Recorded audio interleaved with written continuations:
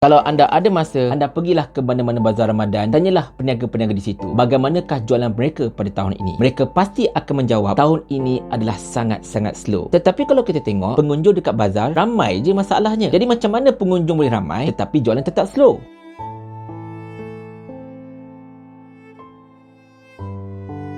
Assalamualaikum warahmatullahi. Seperti mana saya katakan tadi, sekiranya kalau anda pergi ke mana-mana bazar Ramadan, anda beramah mesra dengan para peniaga di situ, pastinya mereka akan mengatakan bahawa tahun ini jualan mereka sangat-sangat slow dan keuntungan mereka adalah sangat-sangat sedikit. Tetapi secara mata kasar, kita melihat mana-mana bazar pun tetap ada ramai pengunjung. Tetapi macam mana pengunjung yang ramai ini tidak menatijahkan kepada keuntungan yang besar kepada para peniaga ini seperti mana sebelumnya? Jawapannya mudah, tuan-tuan dan puan sekalian. Tahun ini, kuasa membeli rakyat Malaysia adalah berada pada tahap yang begitu rendah. Rakyat tidak lagi mahu berbelanja dengan banyaknya dekat bazar Ramadan ataupun di mana-mana sahaja. Kalau dahulu bazar Ramadan ini menjadi tumpuan, kerana di situlah kita akan jumpa menu-menu eksotik, menu yang kita takkan dapat dekat bulan-bulan biasa. Hanya pada bulan puasa sahaja kita akan dapat menu-menu itu. Tetapi sekarang ini rakyat dah tak peduli dengan menu-menu eksotik seperti itu. Mereka hanya pergi ke bazar Ramadan, peruntukkan dalam RM20, berilah makanan sedikit untuk mereka bawa balik, lauk pauk, kuih muih dan juga mungkin roti john dan sebagainya. Cukup. Mereka tidak lagi membeli barang berdasarkan kepada RM3 lah yang tu, RM3 lah yang ni, tetapi mereka hanya beli makanan sekadar untuk berbuka puasa itu sahaja. Dan bila rakyat benar-benar menyemak cermat, tidak mahu untuk berbelanja, para peniaga mengalami masalah kerugian. Bukan sedikit para peniaga ini yang terpaksa menjual kembali tapak mereka kerana tidak mahu untuk menanggung kerugian. Bahkan ada yang terpaksa menjual dengan kadar yang murah kerana mereka kata tak apalah, terpaksalah jual, kalau tidak, kalau kita menanti akan lebih teruk lagi. Bayangkan tuan-tuan, bazar Ramadan ini adalah tempat untuk menjual makanan-makanan, dan makanan ini pula jenis basi pada besoknya. Bukannya kita boleh carry forward pun makanan-makanan ni, tetapi untuk menyediakan makanan itu setiap hari, mereka terpaksa menyediakan barang mentah setiap hari, terpaksa membeli barang mentah setiap hari. Barang mentah pula, macam mana dalam video-video yang saya kata sebelum ini, kerajaan tak pernah ambil kira pun. Ya betul, kerajaan ada umumkan tentang senarai harga maksimum untuk beberapa barangan, tetapi harga maksimum itu hanyalah pada musim perayaan. Sedangkan semua tahu yang orang benar-benar memerlukan barang-barang mentah ini pada ketika bulan puasa, untuk mereka masak, untuk mereka sediakan makanan, untuk para peniaga ini menjual. Tetapi kerajaan hanya fokus kepada hari raya. Sedangkan ketika tahun baru Cina dulu, begitu lama lagi nak sampai ke tahun baru Cina, kerajaan siap bawa masuk dalam kabinet untuk membincangkan harga babi. Dan lebih memburukkan lagi keadaan sekiranya kalau peniaga-peniaga tersebut berniaga dekat bazar-bazar rahmah. Bazar rahmah menjual lebih murah berbanding harga tempat lain. Ya betul, peniaga situ jual dengan harga lebih murah, tetapi barang mentah tetap sama je. Kerajaan bukan bagi subsidi pun pada mereka ini. Sudahnya peniaga-peniaga ini tertekan. Kalau nak jual murah, harga barang mentah mahal, mereka rugi. Kalau nak jual mahal, pembeli tak nak membeli sebab mahal sangat, mereka juga rugi. Mereka inilah yang paling tersepit sebenarnya tuan-tuan dan sekalian pada tahun ini. Dan saya percaya keadaan ini akan menyebabkan aliran tunai dalam negara kita ini akan menjadi sangkut. Ekonomi domestik kita akan bermasalah. Dan bila ini berlaku, ekonomi kita secara keseluruhannya akan menerima tempias yang sangat-sangat dahsyat. Seandainya lah kalau kerajaan membenarkan pengeluaran khas KWSP sebelum bulan puasa ini dahulu, saya yakin rakyat pada ketika ini sanggup jugalah untuk berbelanja lebih demi untuk menunaikan perasaan ingin merayakan Ramadan dan juga Syawal pada tahun ini. Tetapi dek kerana kebongkakan, kerana kedegilan, kerana keegoan kerajaan ini tidak mahu untuk mendengar suara rakyat, maka inilah yang terjadi. Dan jangan terkejut sekiranya kalau apa yang berlaku pada ketika ini akan berjangkit berlaku pada masa-masa yang akan datang, sekiranya kalau kerajaan masih lagi tidak mahu untuk mendengar suara rakyat. Dan dalam hal ini, dua perkara yang boleh saya persalahkan. Yang pertama, macam saya katakan tadi, keengganan kerajaan untuk membenarkan pengeluaran khas KWSP bagi membolehkan rakyat ini mendapat sedikit duit lebihan. Dan yang kedua, kegagalan kerajaan untuk mengawal harga barang, untuk mengawal kos barang-barang mentah, sebaliknya hanya fokus untuk tindakan bersifat plaster dan juga Panadol semata-mata. Mungkin agak keterlaluan untuk saya katakan kerajaan ini telah gagal. Tetapi berdasarkan kepada apa yang telah berlaku dan yang sedang berlaku, ternyata kerajaan ini menuju ke arah kegagalan.